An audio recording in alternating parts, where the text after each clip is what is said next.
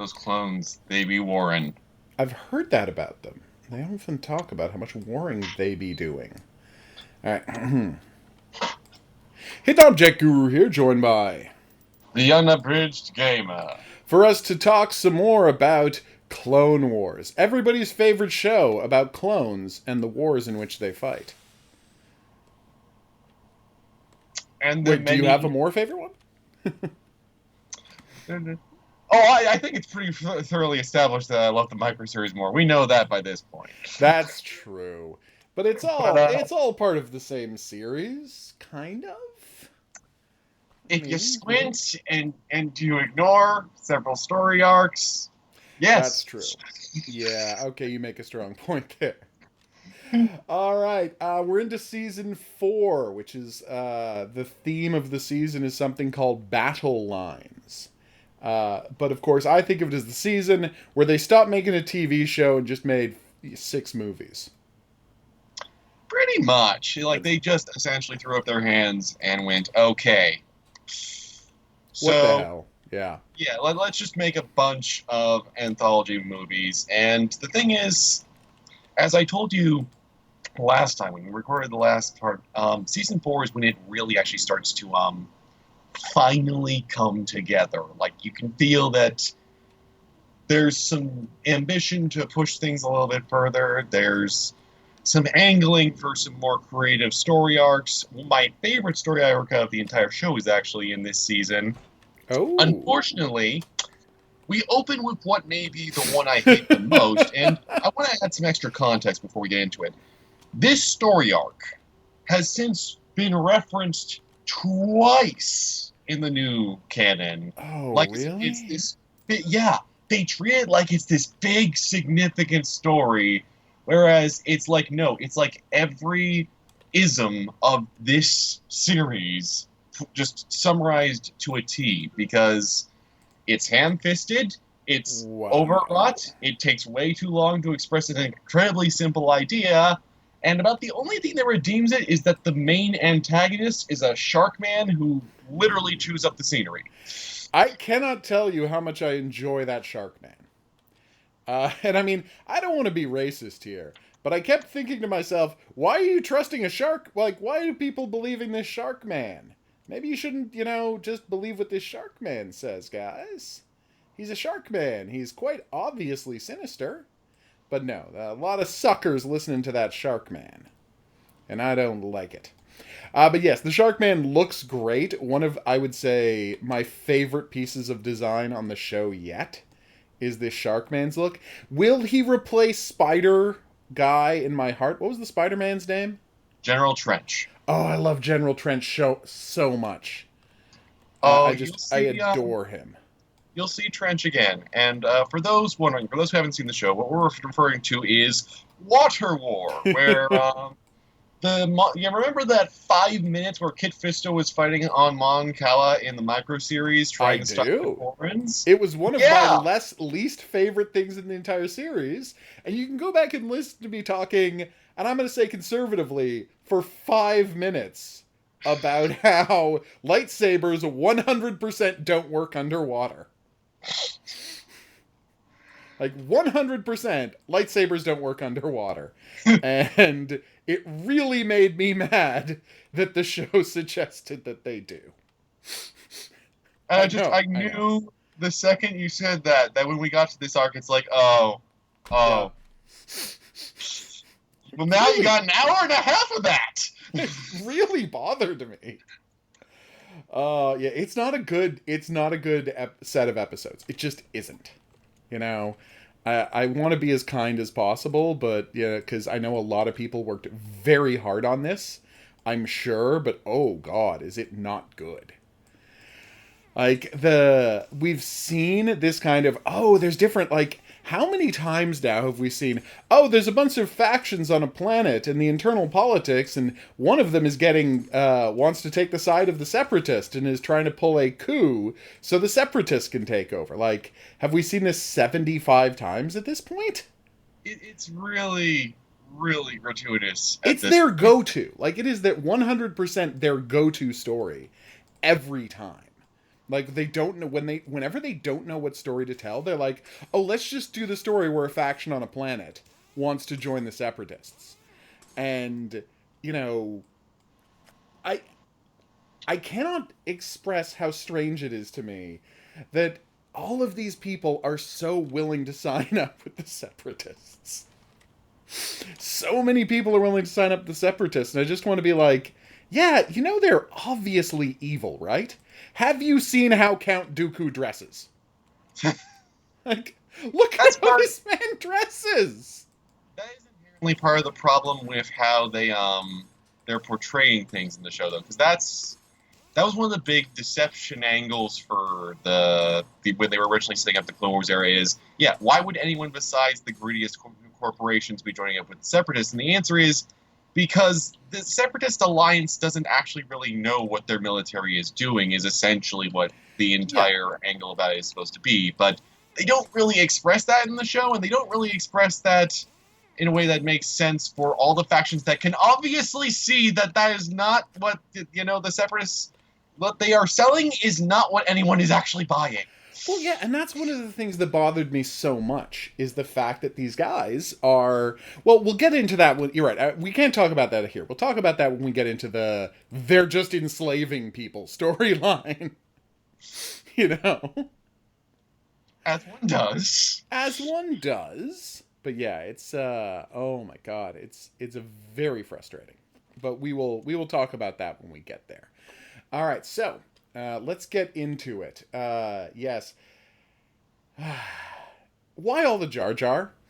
Like, there's so much Jar Jar.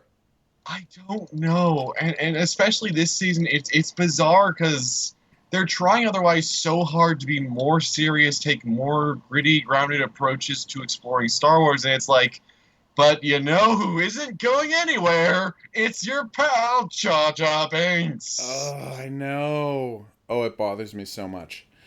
And the thing that I find so crazy about it is that it's like, you're absolutely right to say that it's like, they think that, I mean, I don't know what the kids who like this show are like, okay? I've never talked to a child who watches this show. I've only ever talked to adults who watch this show. So maybe there is some cohort out of there who just can't get enough Jar Jar, okay? It's not impossible that they're out there, right? But at the same time, come on. He's so frustrating. It's so annoying having to put up with him, and there's so much of him. Oh god, him not Weekend at Bernie'sing, but replacing another evil Gungan and being like, actually no, I've changed my mind. We're not going to do the evil stuff, and everyone just being, and all of the Gungans being depicted as such absolute buffoons. They're like, oh well, whatever this guy's saying, we'll just go along with that. Like, what? It bothers me so much. Yeah, and especially because Captain Tarpus, who we'll get to later in this season arc, he gets done dirty, and from what I understand, he was supposed to be, one of the smartest Gungan generals. He's supposed to be this really clever guy, and it's like, yeah, no one got that message on this writing team. Oh, that really upsets me. They did. That really upsets me. Oh my god, why would they do that? All right, so let's move right along to what is next after that? Okay. We talked about Shadow Warrior. Oh god, and that whole episode with Jar Jar is so frustrating. Next up is Mercy Mission, where R2-D2 and C-3PO are sent to repair power and communication systems on the planet of Aleen. Yeah, I feel like I need to apologize on behalf of what those experiencing this are going at when you've encountered these two episodes, because they're not inherently bad, they're completely unnecessary, but the main reason that they exist is I seriously think that Filoni and co were trying to do a tribute to the early 2D animation Droids TV show that happened. Oh, really? Yeah, it was a really actually. I mean, no, I watched every episode of that. I know exactly what you're talking about. And I gotta believe that that's why this is here, because there's basically no other reason to justify it. Yeah, that sounds about right. Here's the thing that bothered me about this set of episodes. And you can tell me, and if I'm reading too much into this, please feel free to tell me, okay? But what bothered me about these episodes is that while they're having their wacky series of adventures, which they do, they have this wacky series of adventures. And what bothered me about this wacky series of adventures they have is that there ends up being like a theme to it. And that theme is systems of authority should not be questioned. Because they go to two different places. And again, if I'm reading too much in this, please tell me. But they go to two different places, right? And both times, the guys controlled by the Wizard of Oz type situation, right? And then all of the tiny figures who are controlled by like this giant guy who gets carried around on, what do you call it when they all carry a dude around on a litter? Who gets carried on a litter. A big fat guy's carrying a litter and thinks he's the god of all he surveys, right? So what bothered me about this scene is we see both of those, that happens twice, right? And in both of those situations, what happens is that they overturn the order where an unjust scumbag is ruling things, but immediately after they overturn that order where an unjust scumbag is ruling things, everything falls apart, and everybody starts like dying and killing each other. So it ends up sending this weird message that it's like, well, maybe you got to have a person in charge of your group, but if people are left on their own to their own devices, they'll all just kill each other. So really, we should just leave them in control. And that really bothered me. Am I reading too much into that?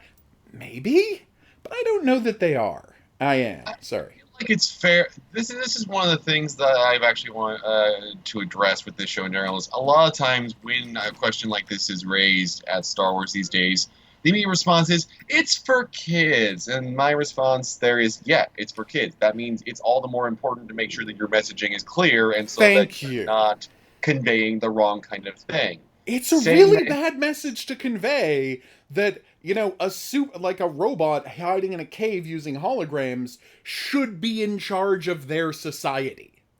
Like, I don't think I'm the crazy one who thinks this probably isn't the best way to live, right? Yeah, that's why I say again, it's like, on their own as just stories, if you do not think at all about it, yes, you can turn your brain off for an hour for this bit. But again, it's a weirdly rough opening for the show because, as I said, this is easily when the seasons start to get better, but when it starts off, you're like, oh dear. Because it's just back to back. You have Water War, you have more Jar Jar after that, and then you have this. But then finally... Okay, let's get to the good stuff. All right. Next we have Darkness on Umbra. When Anakin is forced to temporarily turn over command of his clone troopers, the 501st, to a new commander, Pong Krell, tensions begin to run high as the clones are assigned with a very deadly mission to take the capital of Umbara. This is an amazing story. Oh my gosh, this is what I meant when I said this is my favorite. This is the reason you watch the Clone Wars. Because, and I mean, again, I've been talking to, you've heard me, and anyone listening to this has heard me talking about the thing that I'm most obsessed with. How much autonomy do clones have? How much personality do clones have? To what extent are they, air quotes, people? Is the thing I talk about the most. And here you've got this situation where they are actively being, and it's clear fairly early on, that they are just being murdered by their commander. Mm-hmm. Because he has a reputation for getting the job done in the roughest possible way, but then you watch him trying to get the job done, and you're like, but you're not getting the job done. Everybody's getting killed. And the longer it goes on, you're like, oh no, he's just a villain, and he's taking advantage of the fact that they have been designed to not question him. That's fantastic. Oh my god, Mhm. I loved these episodes. Also, can I just say that Dave Fennoy, who everyone who played The Walking Dead season one you'll recognize as Lee Everett, he has so much fun as Krell. Like, That's who that oh my, was? that's who that was. Yeah, Oh that's how my he. god. Talk about a way to introduce yourself to Star Wars. Like, that is a hell of a role. Yeah, no, he's great. No, he is great. I loved Krell. I thought he was an amazing I thought he was an amazing villain, right? Like, I thought he was fantastic, and what I love is his performance as the guy who plays that fundamentally. And again, it goes back to my obsession with, well, how do people are clones respected? How are they thought of? Blah blah. A guy who literally sees these men as things, as just they are tech for him to use and discard. And even if he wasn't a villain, this would be unacceptable. But the fact that it takes them so long to figure out what's going on, right? Or to stand up to him anyway, even if, because some of them do figure out relatively early that something is amiss, but there's no system where they can question it or object, which, wow. Right? So some of them are like, oh, okay, this isn't great, but what are you going to do? And of course, you've got, what's the name of the guy who just under no circumstances can stand up to authority? Dogma. Thank you. Oh, yes, he's even called Dogma. Oh, God, as if it wasn't obvious enough. And that's the one thing I will also say is this is one instance where the Clone Wars penchant for being as heavy-handed as a frying pan to the head actually fits, because Yep. they were bred to just Yeah. think like this. They were forced to just behave like this. So it's not unusual for them to behave this way. This isn't like a Jedi Master making an incredibly illogical decision. This is people following the rules that they were told, trying to live their lives as they were raised, and finding out that's not actually how the world works. Well, I think what fascinated me most is, so we get to his first unbelievably disastrous plan, which is, okay, you see that road covered in sentry guns and landmines, and there are tanks at the end of it? Yeah? Just walk straight up that road. Just walk straight up the road. And it's like, so you want like some of us to walk up the road as a distraction while the actual force circles around the side and they're distracted? No, just walk up the road. That's your only job. Walk up the road. And my that of course in that episode is when I'm like, oh, he's actually a villain. This isn't incompetence. But at the beginning, when he first orders them to walk up the road, I'm like, my thought is this another landing at Point Rain type of Oh, situation? I know, and I have to wonder: is this like? Did they realize how How bad landing at Point Run? That's what I'm asking you. I don't know. That's one of the few things where I'd be really fascinated to ask. Is like, okay, so do even you agree landing at Point Rain was a train wreck, and this was your attempt to be like, okay, let's at least find a way to redeem this show from that point? I know, right? Yeah, and I mean it's great because it's a callback to the like it feels like a callback to this disastrous planning they had in landing at Point Rain, but I don't know if it's intentional or not. But then you get through the episode and it's like, oh, okay, no, he's just a murderer. You know, he's just a villain. It's fantastic. No, I was very happy with this episode, as I'm sure you know. Hmm. Sorry, these two episodes. They were like, this is as good as I've seen the show so far. Oh yeah, this is easily like. Sadly, I do also think of it as the series peak. I don't think they've Oh ever had no. another episode that goes better than this, but also I'm glad they got to this point because I swear it's the moment they had to put together this arc that they finally understood, okay, I think I know what our show is, which is a lot of seasons and episodes in, but from this point onward, the show suddenly has a self confidence that it really lacked, and you start to see episodes where they don't draw things out painfully and where they don't, explain things like as if you're literally 2 years old. Yeah. Oh. And thank heavens for it. I mean, I loved these episodes. I am glad that it got I'm glad they just murder a Jedi at the end of it. Because he does that whole thing where he's like, take me away, but my side is stronger, and we'll see who winds up. And then he gets shot.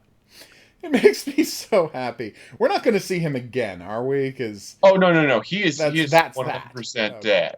It's He is just 100% dead, and I love also my that. beloved Spider Commander got shot to death too, and we saw him again. So I'm a little. And you're saying we're going to. Well, he didn't get shot. He got blown up, and you tell me we're going to see him again, which I'm happy about. But He's gonna have a lot of cyborg parts next time. Trust me. They make sure that you know. seriously. Yeah.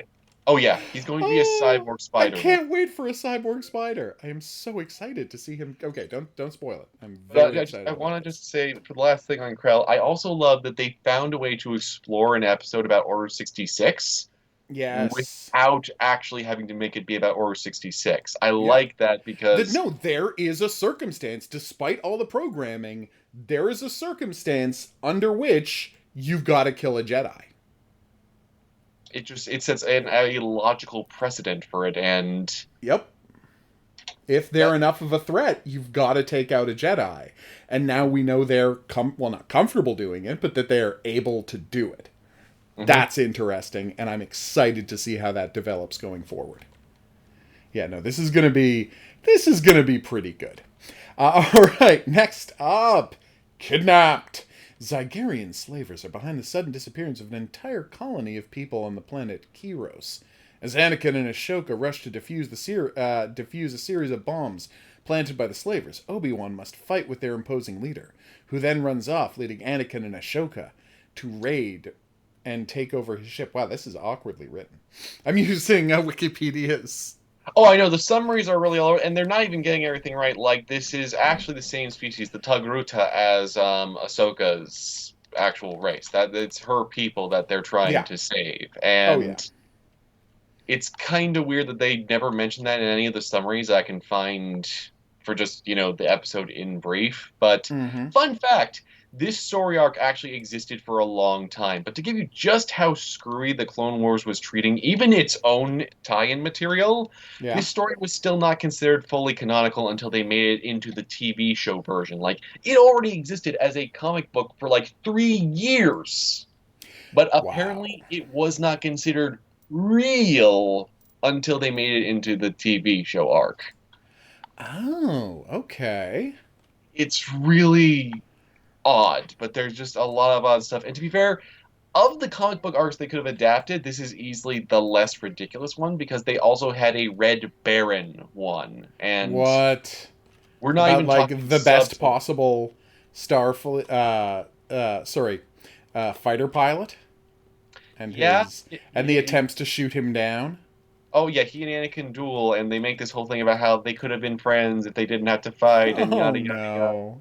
Yeah, so it's like of the comic book arcs they could have brought over, this one is a good one. Also, we get my not favorite thing in the series, but one of my favorite things in the series. Just ladies can't stop hitting on Obi-Wan. If there's one continuing theme in this show, it's that ladies can't get enough of Obi-Wan. Like, Lynn it's kind McGregor, of man. amazing, you know? I just think it's great. It's one of the things I most enjoy on the show. They love him. Seriously though, no. It's actually, I think this one was okay. Like, it's not a disaster like the first two. I don't think it gets to any real like heights. I don't think this is an exceptional episode by any means, but I genuinely enjoy this episode. I thought it was a very good ride. This series of episodes, because again, they're all movies this year. Once you get out of that, once you get past the droids episode, we're basically just dealing with a series of movies this year. And this one, I think, is pretty solid. There's a ton of great fights in it. Like you've got the stuff with the Queen, which I enjoyed, the planet of slavers, him going undercover. Like there's a ton of good stuff in these episodes. Oh yeah, and making Anakin have to deal with slavers directly is like an actually very meaningful thing to do with him, because if there's one thing that we know that Anakin Skywalker does not like, Yeah. It's gonna be slavers. He's got a problem with slavers, so having him being the one who's tempted and it's not tempted, but brought into this world. It's gonna be dramatic, and it is in fact dramatic. No, they do a good job with this. I was very happy with how this episode played out. And I gotta say, I was thinking about last season how we didn't really talk about the time they did a an episode that was just the movie Notorious, where Padme had to go and flirt with a guy because he was a secret separatist. No, I thought we talked No, about no, we that. talked about that episode. We didn't talk about the extent to which it was just a remake of the movie Notorious. Right? And just watching him do a corollary his version of the same kind of undercover story was very nice. I liked. Yeah, we talked about that episode. I'm just saying the detail Okay. of its similarity too is what we didn't really discuss. And I thought this was a very solid episode, set of episodes. It's entertaining. You got some good fight scenes, but you don't have what we really want, which is when we get into, I think my, what do you call it? Oh wait, I was about to say we get into the face swap episode, but there's an episode before the face swap episode. Mm. Okay, so the peace conference, a friend in need. A peace conference between separatist and Republic delegates is interrupted by Lox Bontieri, the son of the late separatist senator Mina Bontieri. If we remember that. Soon after, it involves Ashoka in his dangerous search to find justice for his mother's death, which subsequently leads Ashoka crossing paths with Vizsla and the Death Watch. This is a bleak episode. Oh my gosh, yeah, it is surprisingly depressing just all around. And again, it's like this season has no chill. And if I recall, I believe this is the episode where Ahsoka actually decapitates multiple Death Watch members basically on instinct. Yep. And I'm like, oh, she's just killing these guys. Wow. I was a little taken aback. It is brutally violent. But I mean, I'm not saying they didn't have it coming. They murdered a town full of innocent people. They were murdering a town full of innocent people who they had effectively enslaved. Like, all of the Death Watch guys 100% had it coming, right? But it is, like, what she's doing in this episode is more brutal than I'm used to seeing from her or the show. Because this is human beings getting decapitated, and I know they're wearing Mandalorian armor, so it's not like you're seeing blood and you're seeing severed heads, but it's still brutal.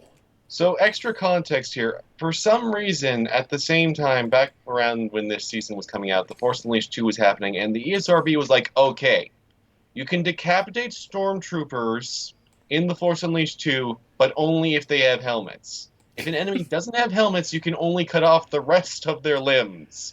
But if they have helmets, you can cut their heads off and keep a T for teen rating. And it seems this was taken as pure gratis for the entirety of Star Wars, because from this point on, decapitation is a thing that the show kind of weirdly fixates on.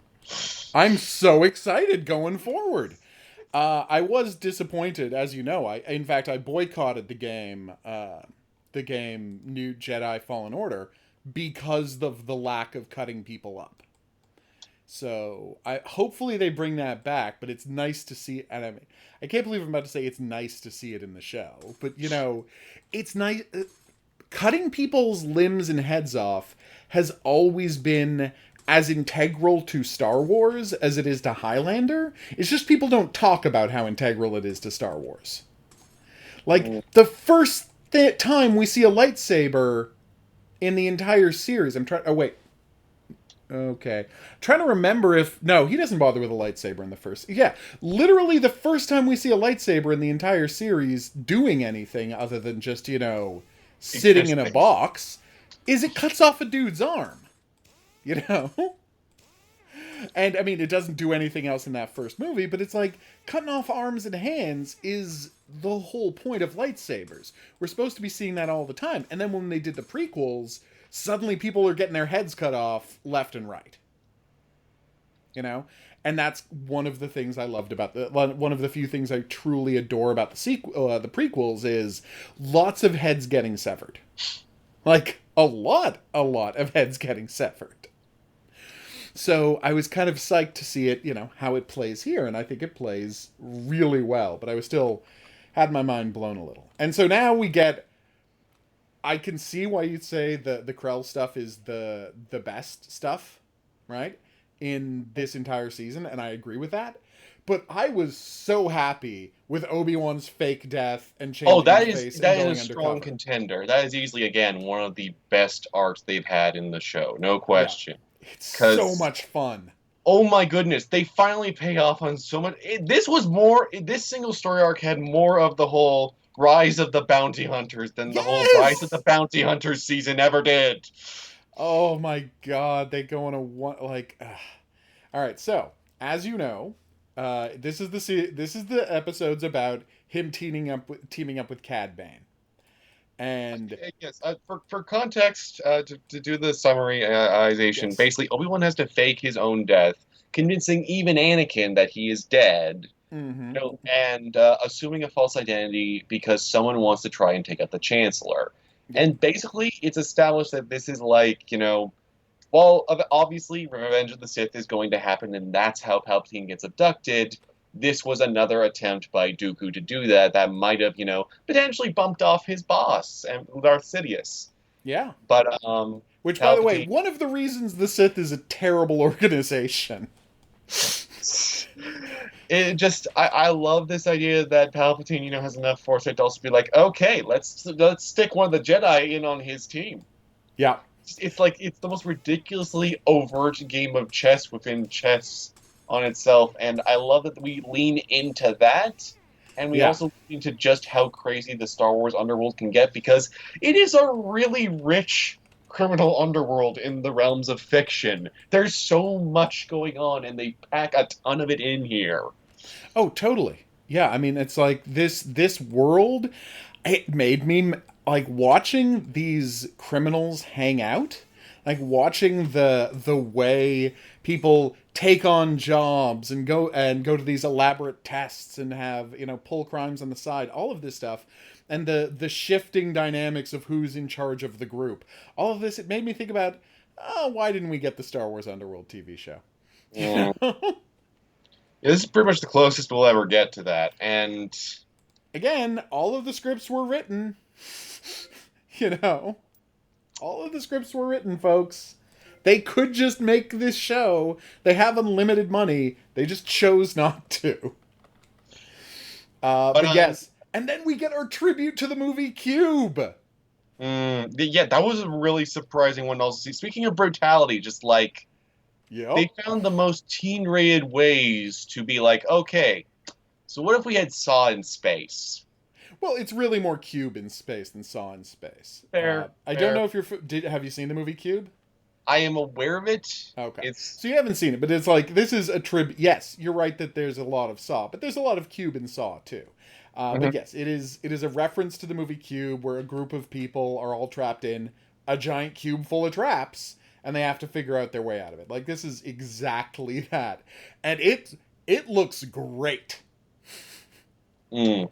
Oh yeah, the animation quality has a significant leap ahead in this as well, and I do also just want to offer a big shout out. I love that we finally see Anakin getting angry about a loss, foreshadowing for Revenge of the Sith. Because so Yep. far in the show, it's mostly been like, this Anakin guy seems oddly well adjusted for everything for the most Oh part. But then yeah. it's like, no, actually, the second he thinks Obi-Wan is gone, he almost blows everything there and then. Like the only Yep. reason he didn't go full Sith all the way back now is that it's like actually Obi-Wan is still alive and But he using would that. have. He 100% would have, and that's what I so liked about this. That he 100% would have gone dark side right away had Obi-Wan been killed. And again, the richness this adds to their relationship that George Lucas did none of. You know, it's frigging meaningful. When it makes it so much more meaningful when they're dueling later on in Revenge of the Sith, if this is the kind of relationship they had that is, and I can't stress this enough, completely absent from the movies. Mm. No, I was very happy with how this plays. And like as you say, him ready to go dark side, him having that awesome chase and almost murdering the guy. And coming, that close to murdering the guy. And at the same time, the good writing around Palpatine, like using this as an excuse to make Anakin explore his dark side and his rage more and more, because that fits into Palpatine's plans. Like, he's got two plans going at the same time. Like, obviously he's got to, deal with this assassination plot, but at the same time, to him, it's another opportunity to get inside Anakin's head and mess with him. Absolutely. It's a training exercise as far as he sees it. Yeah. It's like win-win with him. Like, there's no downside for Palpatine, and that is what I really liked about it. Yeah, no, it really is such a good series of episodes. Like, I'm just thumbs up this whole, I agree with you that Krell's better, but you agree with me that this is a close second, right? It is extremely close. Like, they are damn near neck and neck, and truly, it's amazing that we get them effectively back to back. It just... Yeah. This is what I mean when I say it feels like the show finally got its Shavit together and is drinking the Criff and Calf. Yes, I know I'm going extremely nerd there, so I'm just like, seriously, you're finally actually doing Star Wars. You're finally doing Star Wars, and then all right, Massacre, which is okay. Yeah. I can explain myself here. All right, so I'm just gonna give people the synopsis so they know which episode we're talking about. After Massacre, after failing to kill Dooku or control Savage Opress, as they always pronounce it, Asajj Ventress is advised by Mother Talzin to reject the ways of the Sith and rejoin the Night Sisters. Upon discovering Ventress's location, Dooku commands General Grievous to launch an assault in a bid to eliminate Ventress and the entire Night Sister clan. And then they got a voodoo doll, and then they got zombies, and... It's just kind of a mess, really. Okay. I want to establish something really quick here that apparently no one writing this knew. Asajj Ventress isn't a Night Sister. She has never been a Night Sister in any story, in anything. She's actually a failed Jedi. Her master died. Understand, she was so far out on the rim on the planet of Rakata that the people had never really heard of Jedi. So when her master found her, he's like, well, I can't even take you back to Coruscant, so he just trained her there. He did the best that he could, but he did die due to the corruption on the planet, so Asajj broke over that. She became the planet's warlord, essentially, trying to instill the same order that she was taught to create, but in effect leading her to fall down the path of a Sith and trying to learn more about that, because... So they just threw all of this away and just made her a Night Sister. The confusing thing is the show keeps part of the origins, but then they still are like, oh, but now she's a Night Sister. Why? It literally seems to be just because, well, they're pale and she's pale, so they must go together. That's crazy. Like I never would have guessed that.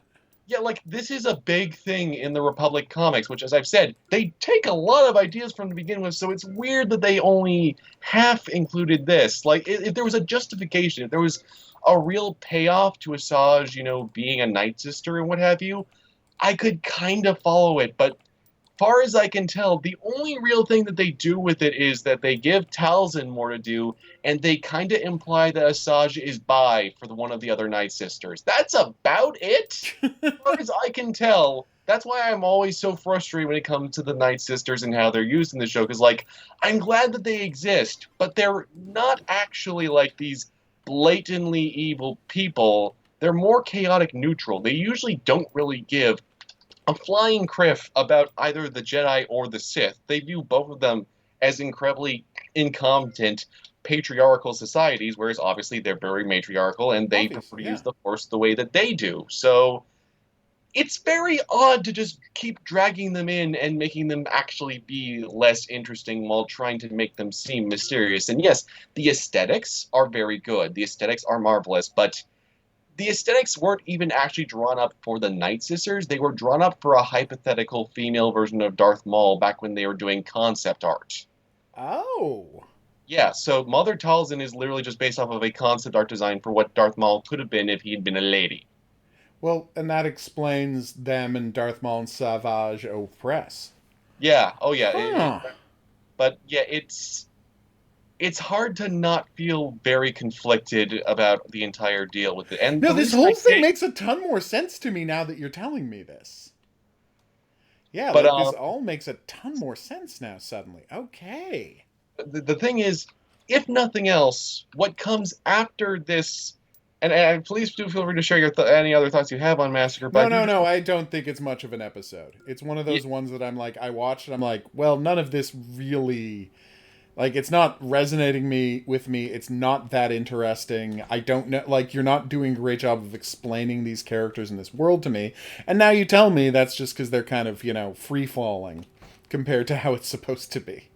Oh yeah, yeah. This is absolutely one of the biggest train wrecks of the season, and in terms of just adapting the characters. And I still, Speaking of train but wrecks, no, that's sorry. just Oh, it. It's sorry. like That the would have been perfect. redeeming turn.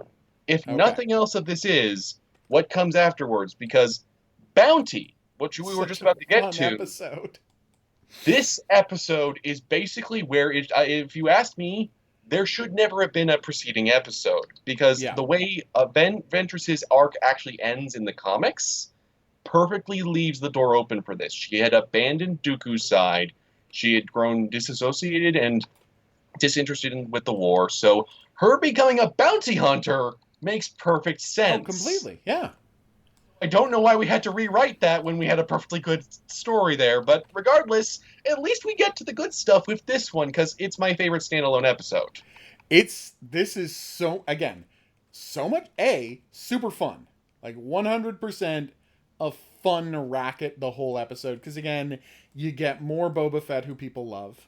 Like you get more Boba Fett and Boba Fett's still a kid, but now running the organization himself. Because people are like, "Yep, he trained with the best. We can trust this child to run things." And To he be is a fair, he child, crashed a Venator. Oh yeah, absolutely. Like, but I just love that they're like, yeah, we are all 100% down. You see Bosk, who we love. You see Dengar before his face got jacked up. I'm like, is this the episode where his face is gonna get messed up? Is that why we're seeing Dengar without all of the messed up face? But no, this is not the episode where his face gets messed up. I was sad about that. But yeah, seeing that, and then they do just this unbelievably awesome fight scene that goes on and on and on, and Well, you're like, I never thought a space train heist would end up being one of the most interesting episodes out of this series, and yet it they is just sell it. 100%. It's so good. No, it is such a good scene. I loved this thing. Yeah, no, I was crazy happy with every part of it. Like, especially, by the way, how great were the giant centipedes that their attackers were riding? Oh, yeah. And the beautiful thing is, this is again one of the episodes where they decided to just be original instead of curbing from anyone else. So as a Yeah. result, everything is made to fit form and function. It's never just for one or the other. So as a result, everything knits together in this. Yes, this is a society that lives underground. So of course they ride these crazy worm things, and of course they use highly automated trains that go along these very tight canals and all of that. It all just fits. Oh yeah, This is it's good completely Star logical. Wars. Yeah, it's completely logical. I was such a fan of the design of everything about that world.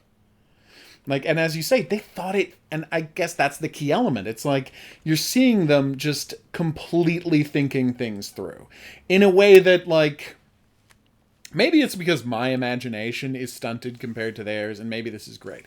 But when I look at the Gungans Underwater Society, right, or even the Underwater Society that we saw in the Water Wars at the start of the season, I was like, I don't really get what they're going for. Like, I don't never really get the design elements.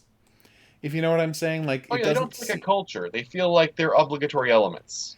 That's what I'm talking about. Yes. Whereas here, you're like, nope, I completely get that this is a real place. Every part of this makes sense to me, right? And that's what I liked about it.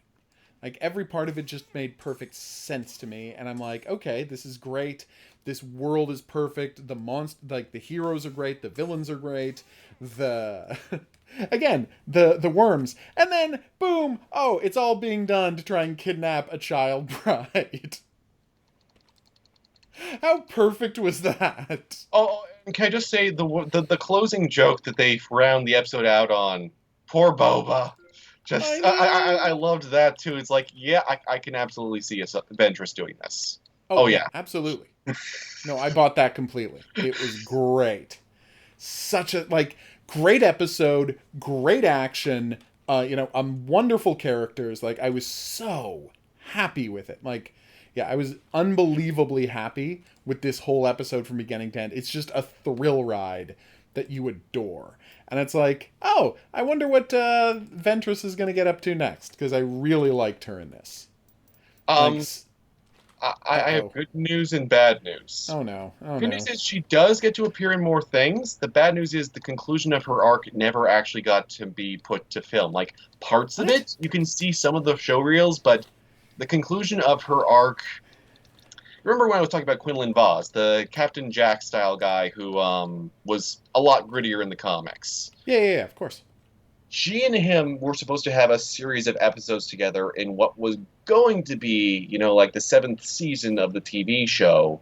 It did get salvaged as a book by Christy Golden that I'm told it does a good job of what was left, but sadly she doesn't really get a conclusory arc in the TV show. We do get to see Oh. more of her, but yeah, unfortunately, she just kind of gets left hanging in the wind unless I'm you kind of like. sad. I'm really sad about that because it's like you go back to the micro series, right? And you think about like how beautiful her introduction is, right?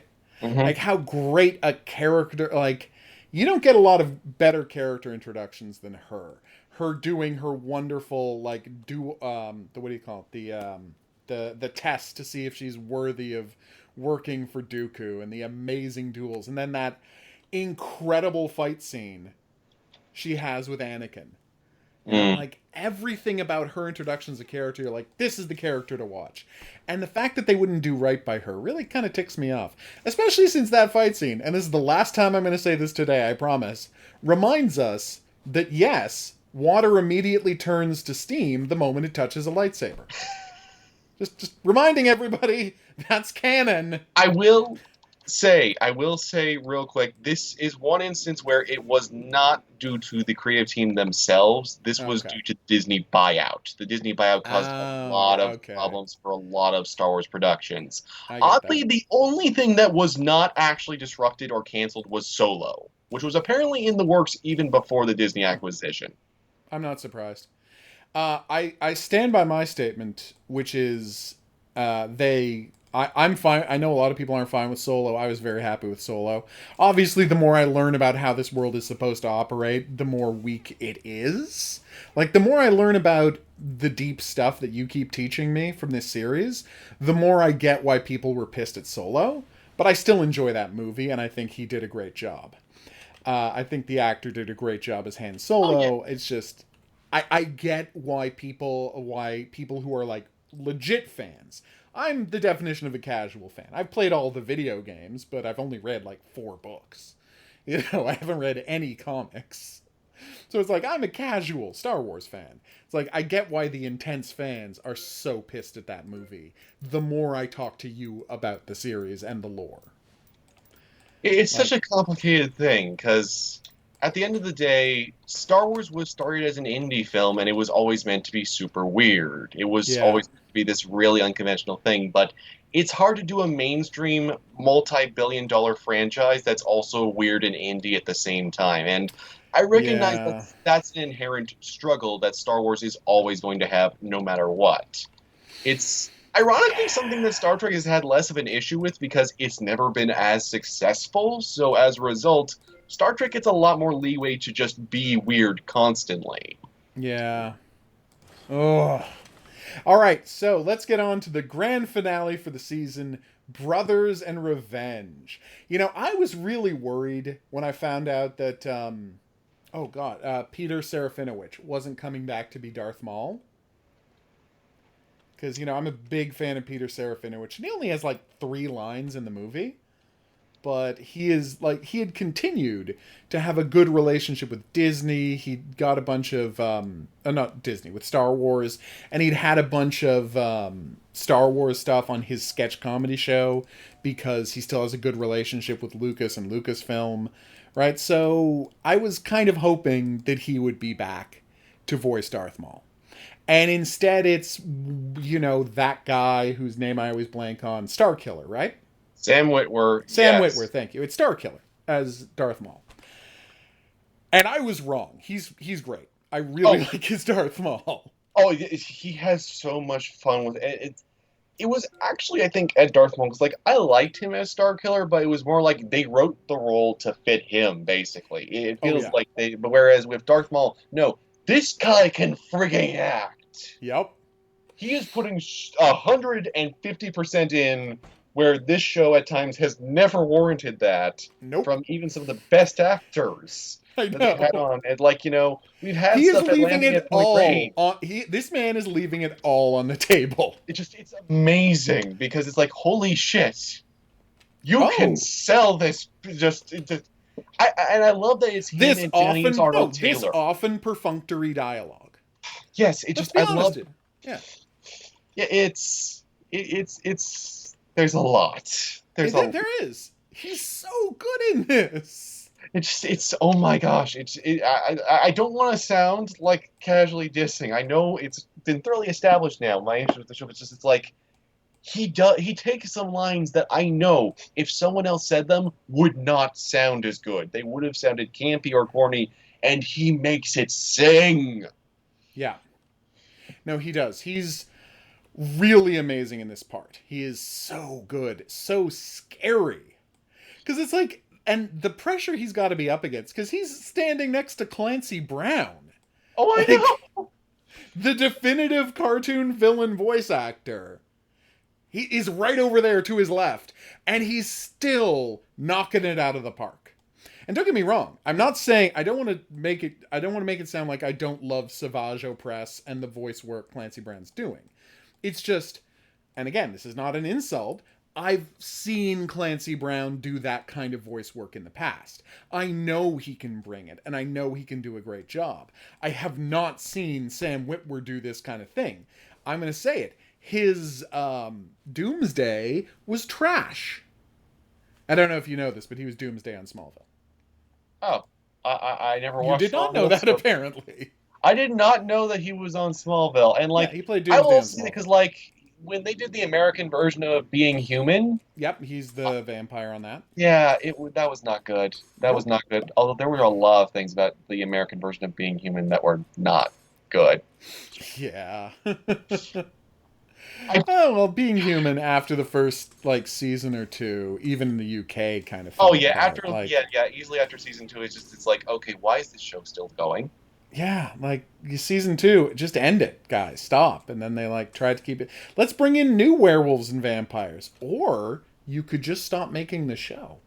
Maybe just stop making the show. But yeah, that really bothered me. But anyway. Yes, let's get to the actual episodes. Yes. So, Savage Opress, he finds he finds Darth Maul. It's a really good scene. That the evil eel monster he works with is very entertaining. I was a big fan of the eel monster. Who, dies horribly because he tries to screw with Savage Opress, which you'd think you could figure out. I mean, I just from a plot standpoint, I'm like, dear eel monster, did you not notice that Savage Opress looks almost exactly like your master? And maybe your master would just want to talk to this guy? That's a possibility, right? But anyway, it's a great scene. The brothers teaming up again is fun. I really enjoyed them, and then we get into the second episode where they try and get Obi-Wan Kenobi there for a duel, and he teams up with Ventress, and we get arguably, I'm saying arguably, the most entertaining sword fight of the season. I would Mm. say. I'm putting the 4-person lightsaber duel here as probably the best sword fight of the season, and I think debatable where it goes on the show so far.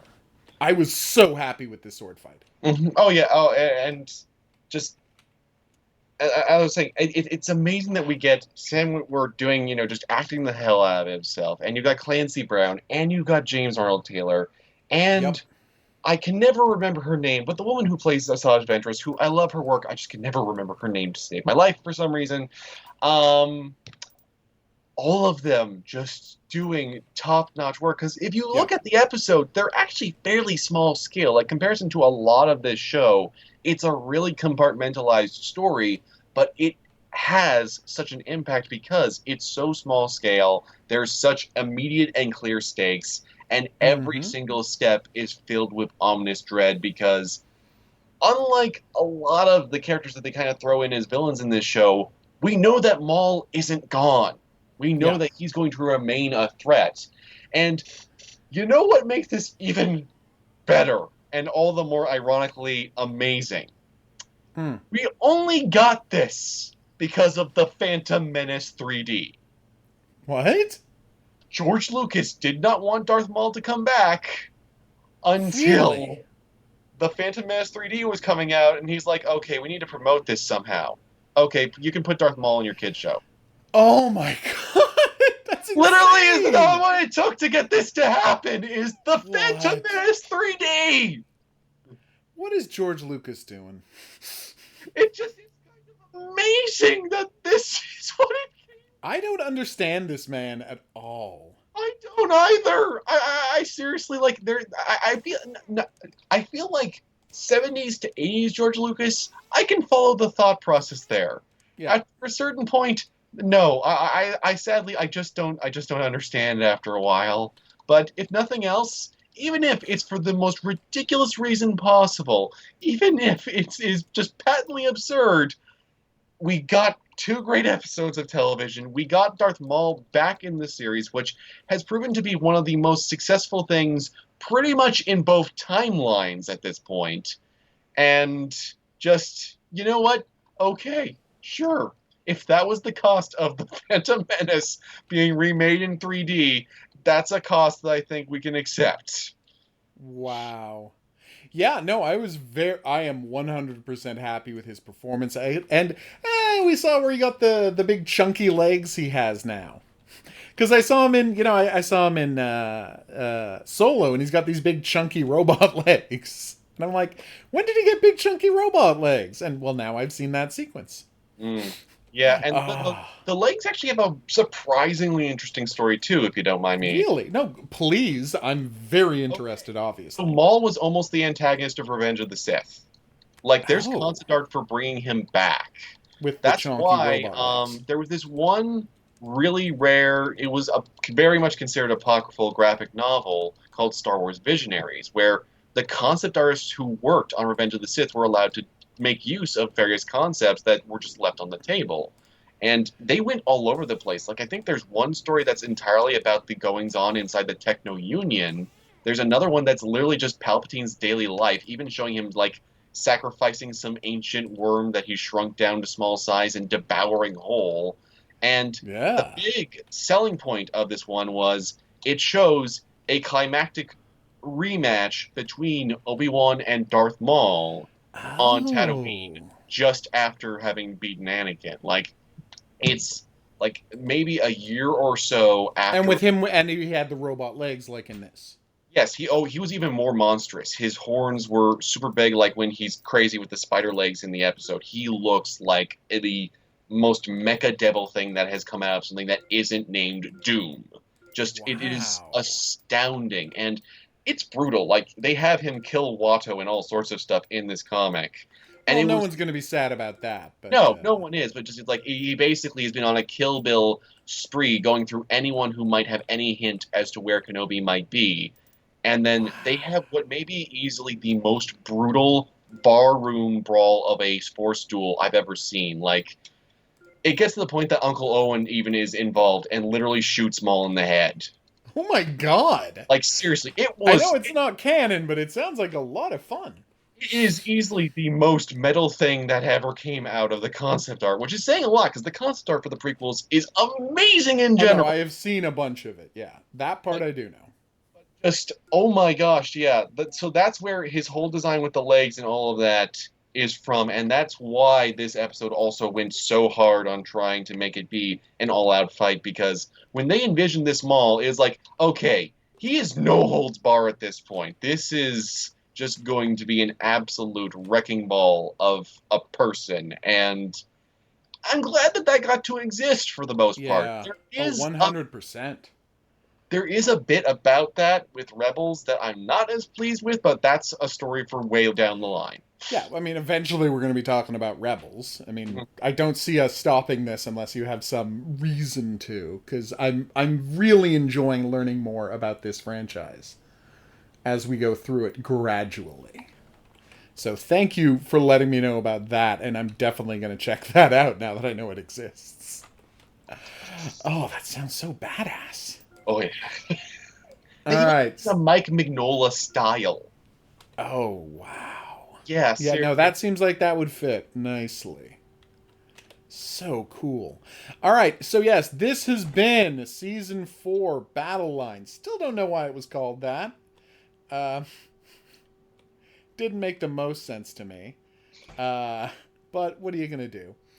Let's see. Next time, we're going to be coming back for Season 5 Revival. But before we do that, do you have any final thoughts about this season? Because I just wanted to say that sequence about clone troopers trying to get, the nerve together to question their programming, to question who they are, to frag their senior officer, might be, like, dramatically speaking, one of the high points of the entire series so far. And I mean, I'm easily going to call it my favorite story arc the show has yet done. In terms of just looking back on it, I remember when Season 4 was, because this is even closer to the present day, so it's very fresh in my mind, and I think it's the first time in a while that I actually felt hopeful about something with Star Wars, because it was around then. This is after I'd already been, as previously voiced, all the frustrations with all the ways that the lore got confusingly messed up and everything, and all of that. It was like a lot of worrying that, okay, is Star Wars just going to get really weird? Because, as I said, at the same time, The Force Unleashed 2 was happening, and it's like, oh yeah, literally months before A New Hope, we're going to say that Starkiller kidnaps Darth Vader and takes him on trial to Dantooine. Like, yeah, that was a bit much. that was, for the record, basically no one wanted that, from what I understand. Even those involved, they actually wanted to just do a fully non-canon thing continuing the Infinities DLC from the first game. They were like, this is where we can keep things escalating. We can't so much do that in canon. But they were given less than a year's time, so they literally had to use every asset that was lying on the floor. Well, honestly, like, I think you'll remember my biggest issue with The Force Unleashed is my old adage: if you have to hit someone twice, it's not a lightsaber. It feels good. I know it feels good, but oh my god, watching him hack away at stuff for so long, it gets to me eventually. I agree with you, it feels good, and I love the force powers in it. But at the same time, I'm like, you understand you're breaking the world if this guy just keeps, like, breaking the world and ruining, like, the feel of this universe if Darth Vader can't stop losing lightsaber duels. Like, if Darth Vader's just going to lose lightsaber duels over and over again, why am I supposed to be scared of this guy? Oh yeah, it's the same thing, same problem with Boba Fett in so many games. Yeah, it's like Boba Fett just can't stop losing fights. Oh, I know! He can lose it to Jedi Padawans! This is what I'm saying, right? Like, it doesn't make a lick of sense to me, right? I would say that if there is one consolation to your own it's funny that you mentioned this, actually, about, the lightsaber hitting multiple times. Yeah. When it came to The Force Unleashed, they actually had a very clever solution to get around the fact that well, we can't say that this didn't happen. They always would have an official novelization, and every single novelization and graphic novel would tone things down drastically. Like, the Force Unleashed book is, like, an Okay. actually genuinely good book. I'm surprised to say, because I was a poor kid at that time, as opposed to a poor man now, and it was like, um, I could get the book, if nothing else, because I didn't have a console at the time, and yeah, the book put genuine effort in and even incorporates a bunch of ideas that were cut from all but, say, one version of the game across the various platforms. Oh, So that cool. was how they would typically resolve any sort of weird issues like that. Like, they couldn't resolve, yeah, Darth Vader gets his ass kicked, but they even got really. I love how they solved it with The Force Unleashed 2 because things were getting so crazy that they're like, okay, but what if we make most of the novel from Juno Eclipse's perspective? And Oh. so instead of actually focusing on Starkiller just literally defying all physics, we're instead like, here is what a sane person is doing in the story, and along the way, and here's what Starkiller's up to in a normal universe. That's smart.